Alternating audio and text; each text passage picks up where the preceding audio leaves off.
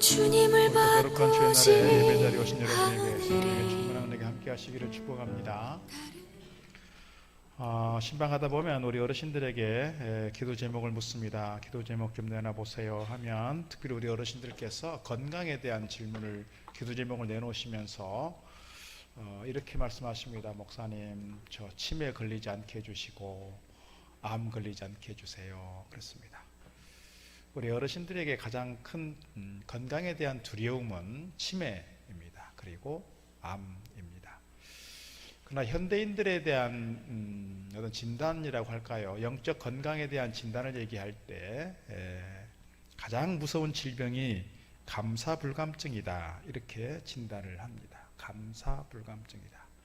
감사할 일이 있음에도 불구하고 은혜를 입었었고 도움을 입었어도 그것에 대하여 감사로 느끼지 못하고 감사를 표현하지 못하는 우리 현대인들의 모습인 것 같습니다. 자녀가 부모에게 감사하지 않고, 학생이 교사에게 감사하지 않고, 직원이 고용주에게 감사하지 않고, 감사를 느끼지 못하니까 불만족하고 불행하다고 하고, 그래서 마음의 병이 들게 되고, 마음의 병이 드니까 이것이 신체화되어서 몸의 질병으로 나타나기도 합니다. 몸이 아픕니다. 요즘 오늘 말씀 보게 되면 오늘 말씀에서 감사할 조건들이 너무 많지만 늘 불평과 원망으로 얼룩진 이 이스라엘 백성들을 향해서 하나님께서 감사하라, 이렇게 말씀하고 있습니다. 감사를 회복해야, 감사가 진정 우리 안에서 회복되어야 건강한 삶이, 평강의 삶이 뿐만 아니라 행복한 삶이 이루어진다, 이렇게 말씀하는 겁니다. 제목을 그래서 제가 행복은 감사의 수준에 비례합니다, 이렇게 잡았습니다. 한번 따라할까요? 행복은 감사의 수준에 비례합니다. 20년쯤 전에 있었던 일들을 좀 말씀드리려고 합니다. 우리 한번 사진을 보여드릴까요? 2005년에 미국 남부를 휩쓴 가장 강력했던 허리케인이 있습니다. 우리나라는 사라 태풍에 대한 기억이 있죠. 그것처럼 미국의 중남부를 확 휩쓸었던 가장 강력한 허리케인이 카트리나인데, 이제 특별히 뉴올리언스는 이 오른쪽에 뭡니까? 갑자기 생각이 안 나네. 그 텍사스하고 오른쪽에 그쪽에 있는 게 툭 튀어나온 게 뭐죠? 꼬리처럼? 플로리다. 네. 플로리다하고 텍사스하고 그 중간쯤에 있는 그 주예요. 이 중간 지역을 확 휩쓸고 지나갔던 허리케인입니다. 1800명이 사망했다고 통계 나왔고요. 80%의 가구가 침수됐습니다. 한 주가 우리나라쯤 되니까 우리나라 전 국토가 이렇게 폐허가 된 겁니다. 10만 채가 파손이 되었다. 재산 피해액이 약 1천억 불, 우리 돈으로 136조 정도 되는 돈이 날아가는 겁니다.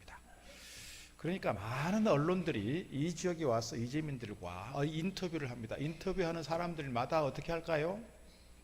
다 불만을 얘기합니다. 정부에서 제대로 대책을 못 세워줍니다. 제대로 우리를 보호해주지 못합니다. 그러니까 사람들에 대해서 불만하고, 심지어는 하나님께 대해서도 불만을 털어놓습니다. 하나님께서 과연 살아계시다고 하면 우리가 이렇게 하나님을 잘 섬겼는데 왜 우리에게 이런 재난을 주시는 겁니까? 그렇게 방송마다 그렇게 인터뷰를 했습니다. 그런데 한 젊은 여성이 아이들을 데리고 나와서 인터뷰하게 됐습니다. 기자들이 당연히 이분에게 뭐가 힘듭니까? 하고 물었어요.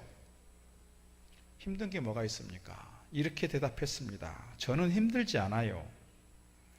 저는 불평하러 나온 게 아니라 터럭 하나 다치지 않게 살려주신 하나님께 감사하러 나왔습니다. 하나님께서 우리 애들까지 무사히 지켜주셔서 얼마나 감사한지 몰라요. 이분의 집도 정전이 되고 수도가 끊기고 심지어는 집이 이렇게 떠내려갔다고요. 이 상황 속에서 이제 어떻게 보면 이제 학교 체육관 같은 데 이렇게 이제 이렇게 이재민들이 모여 있는 자리인데, 이분이 아이들을 데리고 그렇게 말하는 겁니다. 사람들은 다 없어진 거, 잃은 거, 힘든 거 얘기하는데 이분은 오히려 자기에게 있는 것을 얘기하는 거예요. 이렇게 말합니다. 물론 전력은커녕 아예 집 전체가 홍수로 떠내려갔어요. 그런데요, 제가 가진 것을 좀 설명해 볼게요. 하고 아이들을 데리고 한 손에 성경을 들고 나왔습니다. 이렇게 얘기하는 거예요. 우리 하나님께서 저의 편이 되어 주셨고요, 우리 아이들 지켜주신 것 감사하고요, 그래서 우리는 희망이 있고요, 그리고 기쁨이 있고요, 평안이 가득합니다. 무엇보다 하나님이 우리 편이시니까요. 사람들은 모두 불평을 얘기하고, 사람들은 모두 화가 나 있고, 사람들은 모두 없는 건 얘기할 때 이분은 가장 중요하고 본질적인 거 붙잡았어요. 성경을 가지고 우리 하나님께서 내 편이시라고, 하나님께서 그럼에도 살아계시다고, 그래서 나는 희망이 있고 내 안에 기쁨이 있고 평안이 있다고, 그렇게 얘기를 한 겁니다. 여러분은 똑같은 상황에서 무엇을 보고 계십니까? 지금 오늘 우리가 살아가는 삶의 환경을 보면서 얼마나 감사하고 계십니까? 얼마나 감사의 제목들을 찾아내고 계십니까? 추수감사절 오늘 제가 이렇게 헌금 봉투 드렸습니다. 헌금 봉투 드렸는데 얼마를 드리는 게 중요한 게 아니고 이 뒷면에다 그렇게 한번 해보시면 좋겠어요. 우리가 지난 1년여 동안 돌아보면서 얼마나 하나님께 대하여 감사할 제목들이 있는지 한 5가지만 써보시면 어떨까요? 헌금 준비 잘해서 드리는 것도 물론 소중한 의미가 있겠고 우리의 마음이고 정성이겠으나, 우리가 정말 하나님께 대해 하나님 제가 이거 감사해요, 이거 감사해요, 감사해요. 내 지금 상황이 어떻든, 경제적 상황, 건강의 상황, 가족의 문제, 자녀들의 문제, 많은 문제들이 있어도 그럼에도 불구하고 이 추수감사제를 준비하면서 내 안에 이것 때문에 감사하고, 이것 때문에 마음이 평안하고, 이것 때문에 내 안에 기쁨이 있어요. 하나님께 감사의 제목들을 써보시고 그것을 담아서 드리면 우리 하나님께서 더 기뻐하실 것 같아요. 더 은혜 가운데 여러분에게 풍성한 은혜를 부어주실 줄로 믿습니다. 오늘 말씀 보게 되면 감사는 무엇인가, 도대체 감사는 어디서 시작하고 어떻게 감사로 충만해질 수 있는가, 오늘 말씀 통해서 몇 가지 함께 살펴보려고 합니다. 첫 번째 나누고 싶은 말씀은요, 감사는 은혜를 기억하는 것에서 출발한다는 겁니다. 은혜를 기억하는 것에서, 누구의 은혜를? 하나님의 은혜를 기억하는 것에서입니다. 오늘 11절 말씀에서 이렇게 기록합니다. 내가 오늘 네게 명하는 여호와의 명령과 법도와 규례를 지키지 아니하고 네 하나님 여호와를 잊어버리지 않도록 삼갈지어다 그랬습니다. 잊어버리지 마라. 14절 말씀도 잊어버릴까 염려하노라. 18절 말씀도 네 하나님 여호와를 기억하라. 19절 말씀도 만일 네가 네 하나님 여호와를 잊어버리고 그랬어요. 계속해서 반복되는 단어는 기억이라고 하는 단어, 그리고 잊어버리지 말라는 말씀이에요. 그래서 신명기의 가장 중요한 핵심적 주제는 기억입니다. 그래서 이진주 목사가 박사학위 논문을 쓸 때 기억을 주제로 썼어요. 특히 신명기를 중심으로 해서 이스라엘 백성들은 지금도 이 신명기의 말씀을 중심으로 해서 계속해서 기억하게 하고 기억하게 하는 거예요. 무엇을? 광야 생활 가운데 하나님께서 어떻게 그들을 인도하셨는지, 어떻게 출애굽하게 하셨고, 어떻게 그들을 선민으로 삼으셨고, 어떻게 그들을 인도해 오고 있는지를 기억하게 하고 또 기억하게 하는 거예요. 그래서 유월절과 무교절을 지키게 하고 초막절을 지키게 하는 거예요. 오늘 우리가 살아가면서 특별히 궁핍한 가운데 있을 때, 삶이 곤고할 때, 그럼에도 불구하고 결코 잊어버리지 말아야 될 것은 우리 하나님께서 우리에게 베푸신 은혜입니다. 더 나아가서 오늘 본문의 전체적인 맥락은 뭐냐면, 우리가 풍요한 삶의 자리에 이르게 되었을 때, 우리의 삶이 풍성해지게 되었을 때 우리가 하나님의 은혜를 잊어버릴까 염려한다는 거예요. 1960년대 초에, 지금부터 약 60년쯤 전에 우리나라 국민 소득은 75불이었습니다. 필리핀이 220불이었어요. 태국도 비슷한 수준이었고요. 우리나라가 유엔에 등록된 나라 중에서 인도 다음으로 못 사는 나라였어요. 그랬던 우리나라가 작년 통계를 보니까요, 37,000불이 됐다고요. 몇백 배가 됐잖아, 몇백 배가. 그래서 세계적으로 지금은 우리나라가 10대 강국이라고 말합니다. 경제적으로 또는 무역량으로, 군사력으로 여러 가지 측면에서 통계를 냈을 때 세계에서 10번째쯤 가는 나라가 되었다. 우리가 이만큼 강성해졌고 부유해졌습니다. 번영하게 됐습니다. 60년 전을 생각해 보면 정말 초라하기 짝이 없는, 저희 집도 제가 태어날 때 아주 작은 초가집에서 태어났으니까요. 화장실도 2층 화장실이었잖아요. 아래는 돼지가 있고 위에는 화장실이고, 이런 집에서 살았다고요.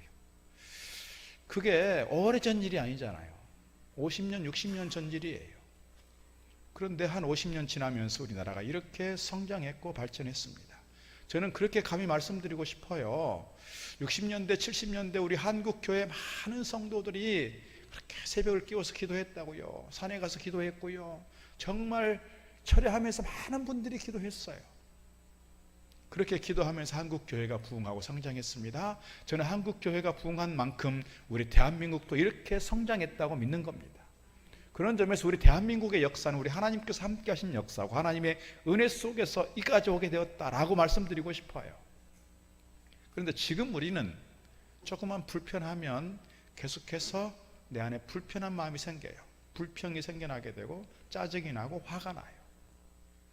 우리가 이만큼 부유해졌고 이만큼 잘 살게 되었음에도 불구하고 그 잘 살게 된 것만큼 감사하지 못하고, 감사를 표현하지 못하고, 마음의 여유가 생기지 못하고, 오히려 더 마음은 좁아진 것 같아요. 더 마음 그릇은 더 적어진 것 같아요. 이게 오늘 우리 현대인들이 가지고 있는 가장 큰 질병이 아니냐 이 말이죠. 가장 큰 질병이다. 오늘 이스라엘 백성들에게 그렇게 말씀하는 거예요. 지금 이 신명기의 주제가 뭐예요? 너희들이 지금 지난 40년 동안 광야 생활을 해오면서 어떻게 하나님께서 인도하셨고, 어떻게 출애굽하게 하셨고, 어떻게 광야 생활 속에서 먹이셨고, 고기를 주셨고, 물을 먹이셨고, 그들 인도해 오셨는지를 계속해서 잊지 말고 기억하라. 특별히 어느 때에 너희들이 앞으로 가나안 땅에 들어가서 농사를 짓고 목축을 하고 여러 가지로 삶이 부요해지게 되었을 때 너희들이 하나님의 은혜를 잊어버리지 말고, 하나님께서 함께 하셨다는 사실을 잊어버리지 말고 하나님께 대하여 감사로 기억하자 이거예요. 감사로 기억하자. 요즘 20대 30대 젊은이들은 지금 60대 70대 어르신들하고 조금 차이가 있어요. 뭐냐면 60, 70 넘으신 분들은 우리 어린 시절을 생각해 보면 우리가 정말 그렇게 가난하고 힘들었다는 사실을 알아요. 그런 경험이 있어요. 그런데 지금 20대 30대는요 태어나자마자 뭐가 있어요? 텔레비전 있어요, 핸드폰이 있어요, 컴퓨터가 있어요. 다 먹고 사는 거 가지고 걱정하지 않는 시대였어요. 그러니까 지금 20, 30대 청년들하고 지금 60대 이상 어르신들하고의 그 생각의 차이, 세대 차이는 엄청나다 이 말입니다. 지금 청년들이 우리 대한민국을 뭐라고 그래요? 헬조선이라고 그래요. 헬조선이라는 얘기가 뭐예요? 조선이 지옥이라 그 말입니다. 우리 어르신들이 생각할 때는 이렇게 살기 좋아졌고 이렇게 우리가 편해졌는데 무슨 지옥을 얘기하느냐. 그런데 청년들은 그렇다고요. 지금 우리 세상, 지금 우리가 살아가는 이 시대 속에서 가장 힘든 세대가 사실은 청년 세대라고 합니다. 취업도 안 되고 여러 가지 희망이 보이지 않는 시대. 그래서 청년들이 가장 힘든 시대라고 하는데 이 청년들이 우리 대한민국을 헬조선이다 라고 말한다는 거예요. 그래서 제가 지난주에 우리 신목사님 아들 입대할 때 제가 그런 얘기 했어요. 요즘 군대는 참 좋아져서 군대 재밌지 않냐, 제가 그런 얘기를 농담을 했습니다만, 제가 84년도에 입대했으니까 벌써 40년 됐잖아요. 그때는 군대 생활할 때 뭐 군 생활이 뻔하잖아요. 줄 빠따 있기 마련이고 뭐 얼차례 문제가 아니라 이거는 훈련의 강도도 그렇고 지금하고는 비교할 수 없는 상황이 됐어요. 지금은 날씨 더우면 훈련 안 해요. 너무 추우면 안 해요. 실내 교육한다고요. 그리고 너무 환경이 좋아졌어요. 그럼에도 불구하고 40년 전에 군대 생활했던 사람들하고 지금 군 생활하는 이 청년들하고 고통의 지수가 누가 높냐? 지금 군 생활하는 청년들이 훨씬 더 힘들어한다는 거예요. 이유는요, 앞서 말씀드린 것처럼 이 청년들은 태어나자마자부터 뭐였어요? 있을 것 다 있었다고요. 그리고 집에서 한두 명 키우다 보니 너무너무 자유롭고 너무너무 귀하게 성장했어요. 그런데 이렇게 자유롭던 이 아이들이 군대 가서 뭔가 딱 통제된 틀 속에 들어가니 얼마나 힘드냐고요. 훈련이 힘들고 이게 아니라 자유를 박탈당한 그 통제된 생활이 힘들다는 거예요. 그러니까 조금만 아이들에게 불편이 생기면 그것 때문에 화를 내고 불평을 얘기하고 불만족스러워하고, 나는 행복하지 않구나, 나는 우울하구나, 이렇게 생각한다는 거예요. 이게 우리 젊은 세대들의 특징이라고 말씀드리고 싶어요. 우리 어르신들이 예전에 그랬습니다. 신방 가다 보면 목사님 이제 빨리 천국 가게 해주세요. 근데 요즘에는요, 물론 그렇게 말씀하시는 분들이 계시지만 가만 들여다보면 다 거짓말이에요. 우리 어르신들 다 조금이라도 더 살고 싶어 한다고요. 이 좋은 세상 조금 더 살다 가야죠. 그래요. 그래서 제가 서울에 있을 때 이제 노인 경로대학을 좀 하다가 왔는데, 그때는 기본적인 구호가 그거였어요. 9988-234. 우리도 노인학교를 시작하면서 9988-234 그렇게 시작했다고요. 지금은요 9988-234 하면요 욕먹어요. 혼나요. 왜? 우리 어르신들이 곧 백수가 되는데요. 나 그러면 곧 죽으란 얘기냐? 이렇게 된다고요. 그래서 요즘에는 128-234 해야 된대요. 9988-234가 뜻이 뭔지는 아시죠? 99세 될 동안 팔팔하게 살다가 2일이나 3일 정도 이렇게 아프고 그 다음에 죽자 이거예요. 이게 9988-234잖아요. 근데 지금 백수 다 돼가는 분들에게 9988-234를 얘기하면 기분이 나쁜 거예요. 그래서 요즘에는 128-234 해야 어르신들이 좋아한대요. 그래서 지금 우리 청춘학교, 이름도 노인학교에서 청춘학교로 바꿨잖아요. 이름을. 청춘학교에서 그 얘기하면 큰일 나요 이제는. 그래서 128-8 이렇게 말씀드려야 된다는 거예요. 요즘 그렇게 우리가 살기가 좋아진 거예요. 중요한 건 뭐냐면 이렇게 잘 살게 됐는데, 이렇게 살기가 좋아졌는데 과연 우리 안에 얼마나 감사가 넘쳐나고 있는가, 얼마나 우리 안에 감사가 풍성해지고 있는가 돌아보자 이 말이죠. 예전에 인터넷에 회자되었던 글입니다. 어느 주말 오후에 한 목사님께서 주보를 담당하는 인쇄소에서 전화가 왔다고 합니다. 지금 우리는 이제 교회에서 기본적인 주보 용지를 인쇄를 해와서 이렇게 토요일 날 이렇게 아침에 주로 인쇄를 하죠. 근데 제가 서울에 있을 때만 해도 인쇄소에다 주보 내용을 다 불러주면 인쇄소에서 타이핑을 하고 인쇄소에서 옵셋 인쇄를 떠가지고 주말에 가지고 오는 거예요. 그런데 인쇄소에서 주일 설교 제목에 빠졌다는 거예요. 그래서 목사님께서 그렇게 답했다고 합니다. 아, 그런가요? 제목은 여호와는 나의 목자시니입니다. 그런데 이 목사님이 평소에 제가 오늘 설교 제목 잡은 것처럼 길게 잡는데, 주로 길게 설교 제목을 하는데 오늘은 짧은 거예요. 여호와는 목자시니. 그래서 그렇게 물었다고 합니다. 여호와는 나의 목자시니 그거면 됩니까? 아, 예, 여호와는 나의 목자시니 네, 그거면 충분합니다. 주보가 왔어요. 이제 이 목사님이 확인도 안 했나 봐요. 이게 예배 시간에 이제 주보를 보는데 찬양대가 찬양을 부르고 있는 시간에 보니까 제목이 그렇게 써 있는 거예요. 여호와는 나의 목자시니 그거면 충분합니다.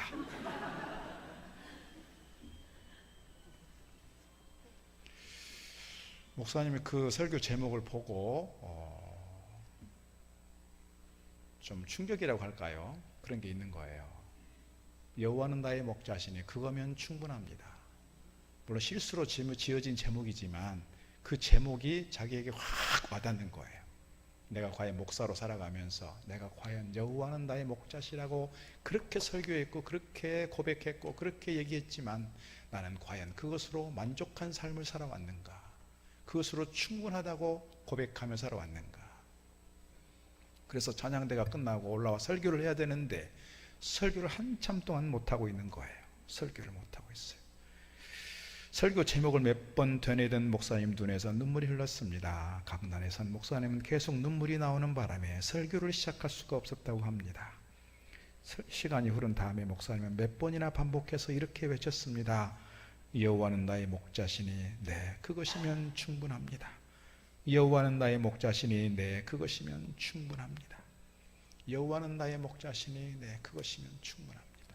여러분, 나의 목자 되신 여호와 때문에 충분하다고, 만족하다고, 행복하다고 그렇게 고백하고 계시나요? 우리는 자꾸 가장 중요한 것, 가장 소중한 것, 나에게서 가장 귀한 것, 그것을 붙잡고 가면 되는데 우리 욕심이 너무 많은 게 아닌가.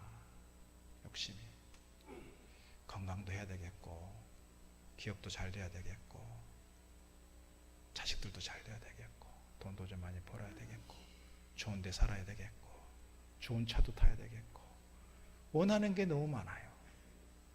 원하는 거 다 채워갈 때마다 잠깐 감사한 마음이 있어요. 그러나 또 다른 부족한 게 보이고 또 다른 없는 것이 보이고 또 다른 채워지지 않는 것들이 자꾸 보이니까 내 안에 감사의 수준은 계속해서 떨어지고, 감사의 수준이 떨어지니 삶의 만족도도 떨어지고 행복 수준도 떨어지고, 이게 오늘 우리의 현실은 아닌가 싶습니다. 우리가 다음 주 추수감사절을 앞두고 이번 한 주간 제가 제목들을 좀 새벽기도 제목들을 감사로 한번 해봤어요. 감사 시리즈 한번 해보려고 합니다. 감사 세미나 하듯이 한번 감사를 한번 찾아보려고 해요.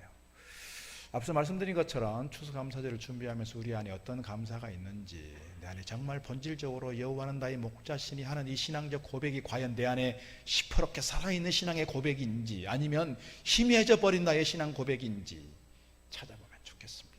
그리고 다른 그 무엇 때문에 자꾸 내 안에 자꾸 허기지고 갈증나고 채워지지 않는 그 불만족 때문에 내 행복 수준은 떨어져 있는 것은 아닌지를 우리가 좀 찾아가면 좋겠습니다.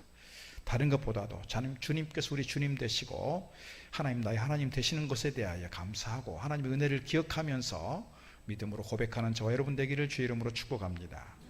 두 번째 말씀드리고 싶은 것은 감사는 하나님의 인도하심에 대한 고백입니다. 15절 말씀이 이렇게 기록합니다. 너를 인도하여 그 광대하고 위험한 광야 곧 불뱀과 전갈이 있고 물이 없는 간조한 땅을 지나게 하셨으며 또 너를 위하여 단단한 반석에서 물을 내셨으며, 17절 그러나 네가 마음에 이르기를 내 능력과 내 손의 힘으로 내가 이 재물을 얻었다 말할 것이라 그랬습니다. 반복되는 말씀이지만 오늘 사실 11절부터 15절까지는 계속해서 주어지는 말씀들이 사실 하나님께서 어떻게 그들 가운데서 광야 생활을 지켜오셨고 어떻게 그들 가운데서 가나안으로 인도해 가는지에 대한 구체적인 내용들을 기록하고 있어요. 그리고 17절 18절 말씀 보게 되면 그들이 가나안 땅에 들어가서 많은 재물을 얻게 되고 그의 삶이 풍성해지고 부유해질 것이라고 약속하고 있어요. 중요한 건 뭐냐면 그들의 삶이 그렇게 풍성해졌을 때, 그들의 삶이 그렇게 부유해졌을 때, 그들의 삶이 안정되었을 때에 뭘 잊어버린다고요? 하나님을 잊어버린다는 거예요. 하나님을 잊어버린다.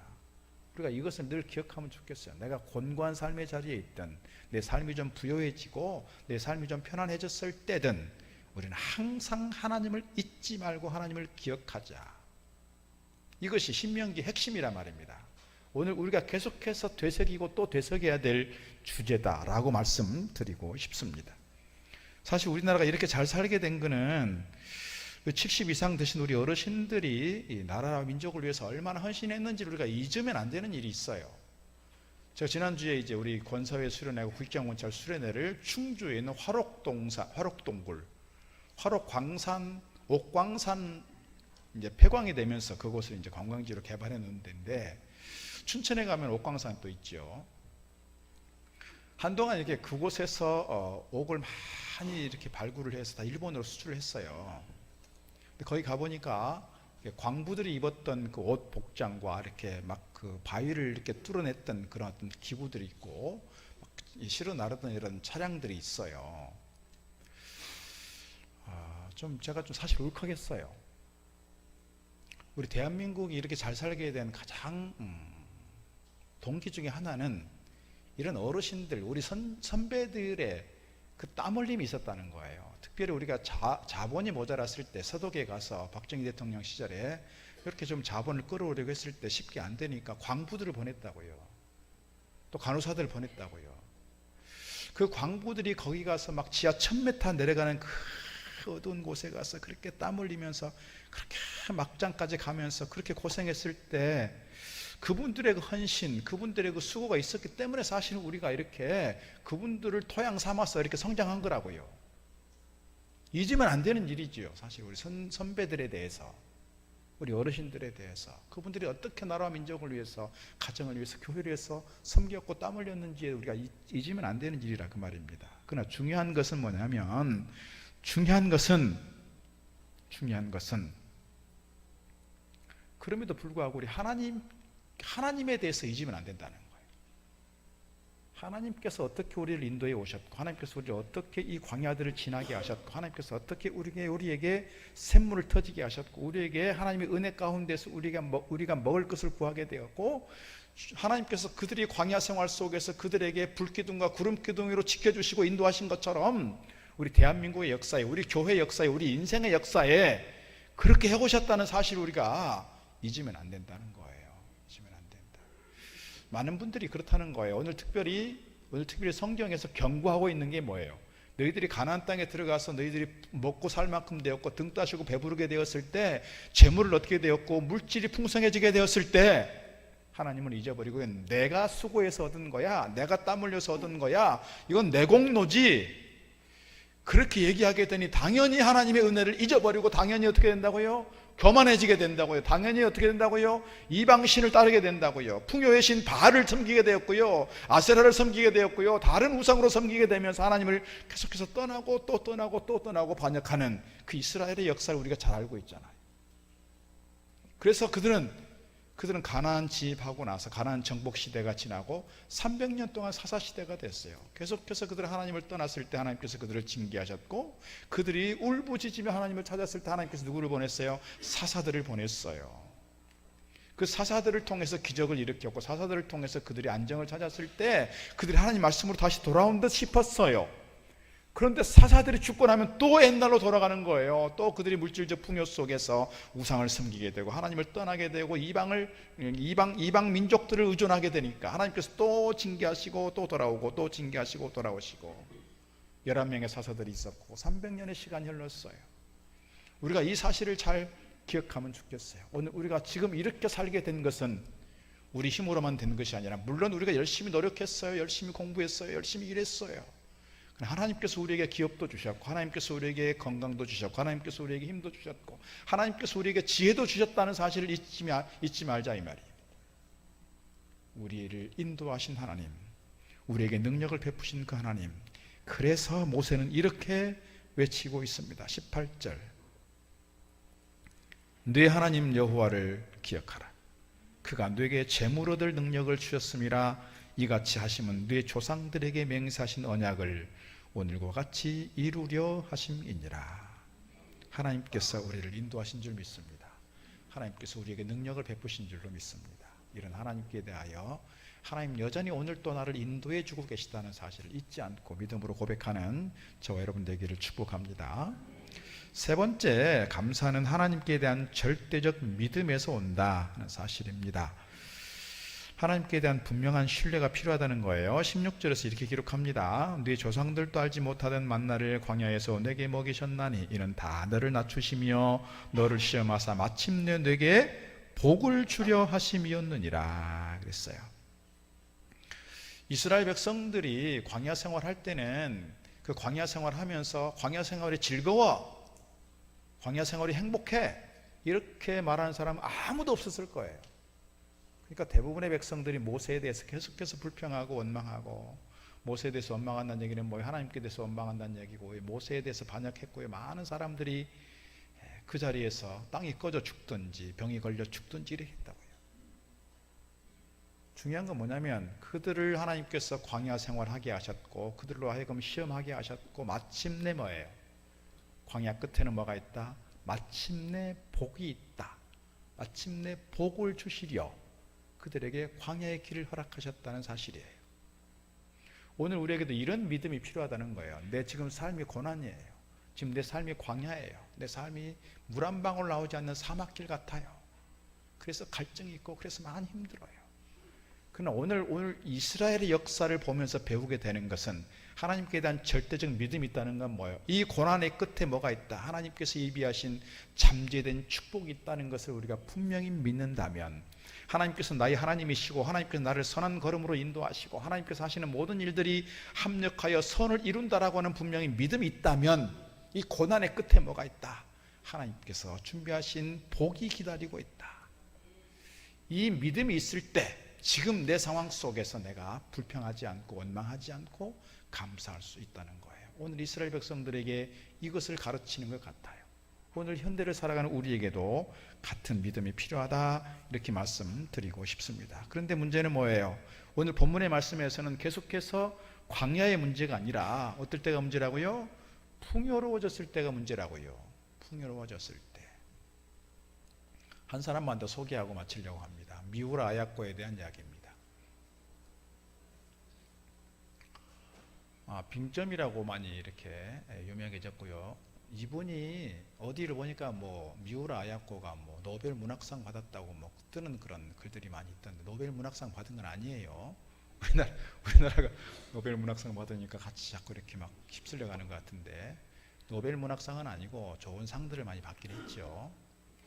이분이 초등학교 교사로 재직했었고요. 이분이 폐결핵에 걸리게 됩니다. 26살에 갑자기 고열이 되면서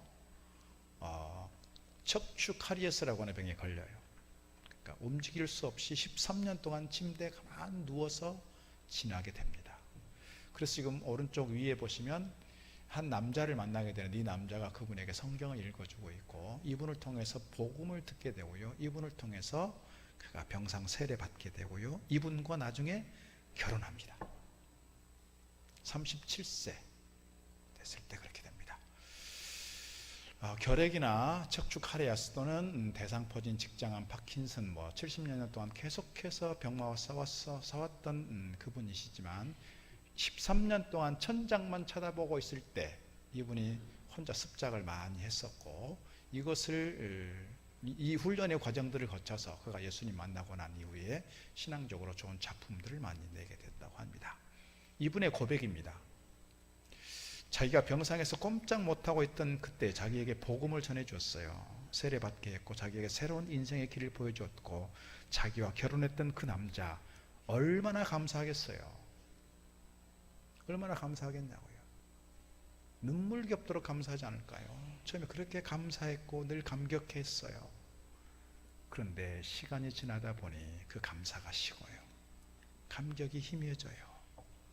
남편에 대한 감사보다는 불평이 자꾸 나와요. 어느 날 이분이 소스라치게 스스로에 대해서 놀란 거예요. 내가 사람이 변했구나. 남편이 변한 게 아니고 누가 변했다고요? 내가 변했구나. 내가 이 삶에 대해서 너무 익숙해지다 보니 남편에 대한 감사가 식어지고 남편에 대한 감격이 없어져 가는구나. 그래서 눈물로 회개하고 기도했다고 합니다. 제가 이제 우리 교회가 가지고 있는 좋은 장점은, 우리 교회가 이 단풍이 참 이뻐요. 이제 조금 더 지나면 단풍이 될 텐데, 제가 한동안 그런 생각을 한 적이 있어요. 처음에 제가 왔을 때 너무너무 감격했어요. 야, 설악산 가지 않아도 된다, 우리 교회. 이 백운계곡이나 너무너무 이쁘잖아요.